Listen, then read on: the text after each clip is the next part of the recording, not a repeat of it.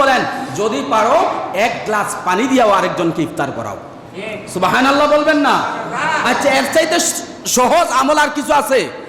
আমরা তো পানি খাই, সাথে যদি একটা 5 টাকার ট্যাঙ্ক দিয়া এরকম 10 জনের গ্লাস 10টা গ্লাস বানানো যাবে, 10 জন মানুষকে ইফতার করাইলেন, আপনি সেই 3টা লাভবান হয়ে গেলেন। কত বেশি ফায়দা আপনার জন্য, কত বেশি লাভ। আমরা তো সারা জীবন এইভাবে চলতেছি। আসুন, এই রমজান মাস আমাদেরকে ভাতৃত্ববৃন্দ শিখায়, একে অপরের প্রতি মহাব্বত শিখায়। এই রমজান মাস আমাদেরকে বরকত দেয়, এই রমজান মাস আমাদেরকে রহমত দেয়, এই রমজান মাস আমাদেরকে মাগফিরাত দেয়। আর আমরা তো সারাদিন রোজা রাখি আল্লাহকে সন্তুষ্ট করার জন্য।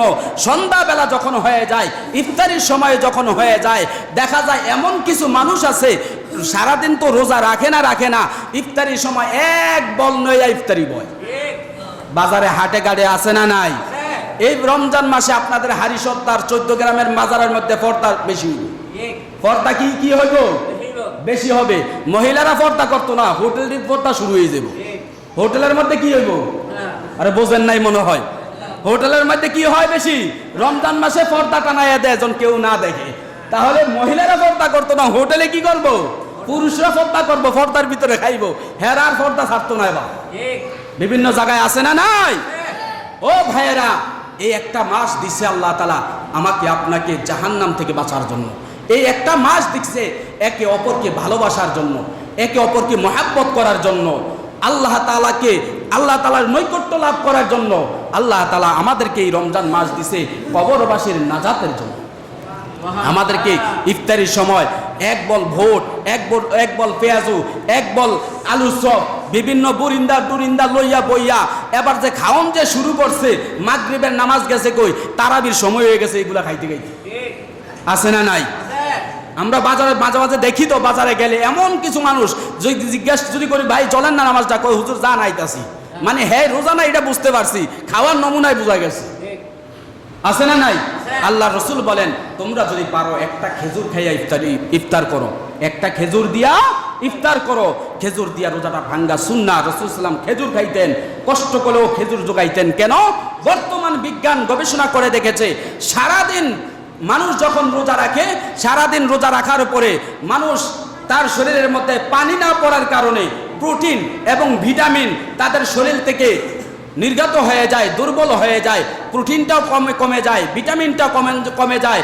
যত ঘন্টার পর ঘন্টা দুপুরবেলা হয় কিছুটা দুর্বল হয়, যখন 4টা বাজে আরেকটু দুর্বল হয়। ইফতার হইতে হইতে শরীরটা স্বাভাবিক মানুষের, সমস্ত মানুষের শরীর দুর্বল হয় কি হয় না? বলে তার দুর্বলতা চলে আসে। আল্লাহর নবী তখন বলে গেছেন তোমরা খেজুর দিয়ে ইফতার করো।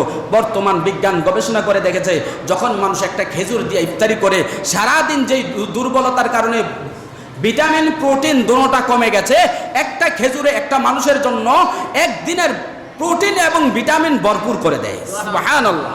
আল্লাহ রসুলের সুন্নাহগুলি বর্তমান বিজ্ঞান গবেষণা করে দেখছে সবগুলি স্বাস্থ্যসম্মত, সবগুলি উপকারী জিনিস।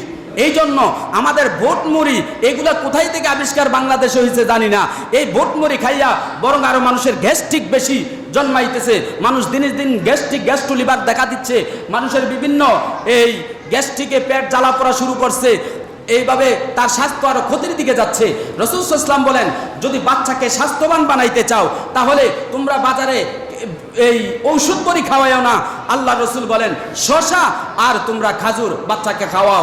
এই শশা আর খাজুরের মধ্যে যখন প্রোটিন আর ভিটামিন একসাথে হয়ে যায়, ক্যালসিয়াম তৈরি হয়, সন্তানের যে স্বাস্থ্যটা দুর্বল হয়েছে তার স্বাস্থ্যটা ঘাটতি পূরণ করে দিবেন।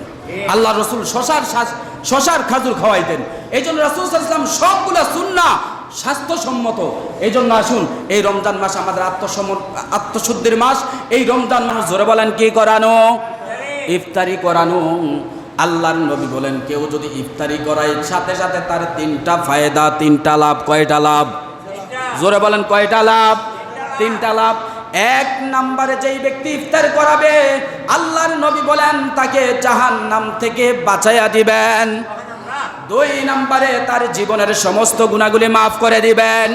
3 নম্বরে আল্লাহর নবী বলেন যেই ব্যক্তি আরেকজন ব্যক্তিকে ইফতার করাইলো, যেই ব্যক্তি ইফতার করলো ওই ব্যক্তি সারাদিন রোজা রাইখা যে পরিমাণ সওয়াব পাইছে, একজন মানুষ এক গ্লাস পানি দিয়া শরবত দিয়া ইফতার করার কারণে আল্লাহ তাআলা ওই ব্যক্তি সারাদিন রোজা রাইখা যে পরিমাণ সওয়াব পাইছে ওই পরিমাণ সওয়াব ইফতারি করনেওয়ালাকে আমল নামায় দিয়া দিবে। অর্থাৎ আব্দুর রহমান রোজা ইফতার করাইছে আব্দুর রহিমকে। কাকে? আব্দুর রহিমকে রোজা ইফতার করাইছে। এখন আব্দুর রহিম রোজা রাখার পরে সারাদিনে যেই পরিমাণ সওয়াব পাইছে আব্দুর রহমানের আমল নামায় সেই সওয়াব আল্লাহ তাআলা লিখে দিবে। তাহলে ইফতার করাইতে কয়টা লাভ? 3টা লাভ। এই জন্য ভাইয়েরাম